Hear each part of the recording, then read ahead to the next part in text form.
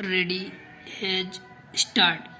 अध्यक्ष महोदय, अंग्रेजी को राष्ट्रभाषाओं की सूची में सम्मिलित करने के लिए जो सुझाव सदन के सामने आया है उसका विरोध हम इसलिए नहीं कर रहे हैं कि हमें किसी भाषा से दुश्मनी है।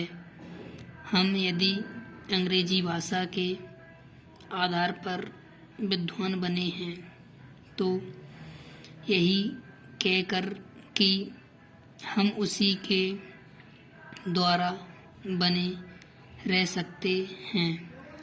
हिंदी को पीछे रखना उचित नहीं है।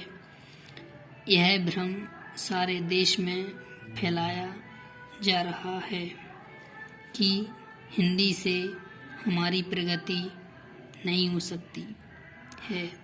इसके विपरीत मैं देखता हूँ कि देश को यदि कोई भाषा दो भागों में बांट रही है तो वह अंग्रेजी भाषा ही है। जिनको हिंदी नहीं आती वे समझते हैं कि हिंदी पढ़े लिखे लोग उन पर हावी हो जाएंगे। मेरी समझ में तो यह बात नहीं आती। जो आदमी विदेशी भाषा का पंडित बन सकता है उसे हिंदी का साधारण ज्ञान प्राप्त करने में कौन सी कठिनाई आ सकती है।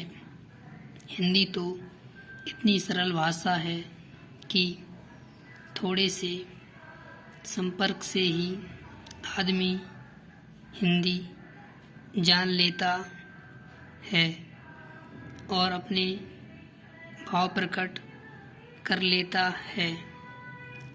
ऐसी अवस्था में यदि हिंदी साधारण राष्ट्रभाषा का स्थान ग्रहण करती है तो हमारा अंग्रेजी से संबंध टूटने वाला नहीं है। हर देश की अपनी एक भाषा होती है जिससे लोगों के विचारों का आदान प्रदान होता है और वे अपनी समस्याओं को समझाते हुए उन्हें सुलझाते हुए आगे बढ़ सकें।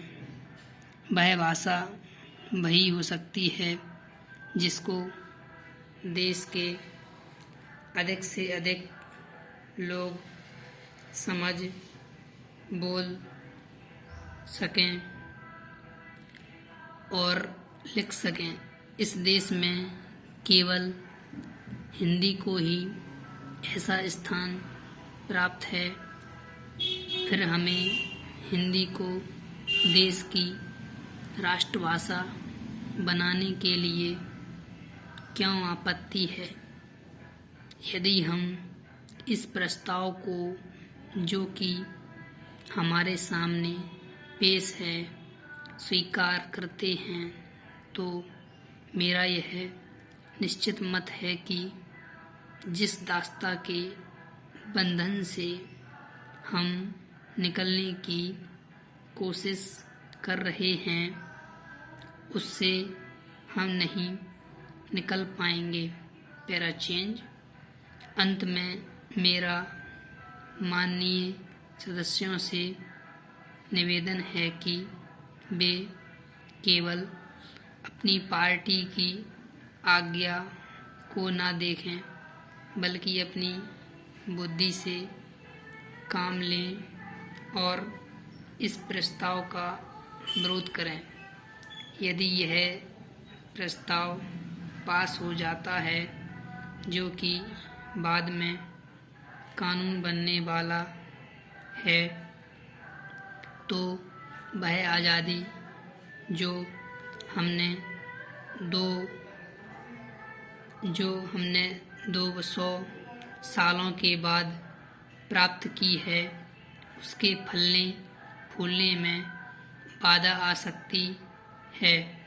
मैं सदस्य महोदय से भी प्रार्थना करूँगा कि वह अपना प्रस्ताव वापस ले ले।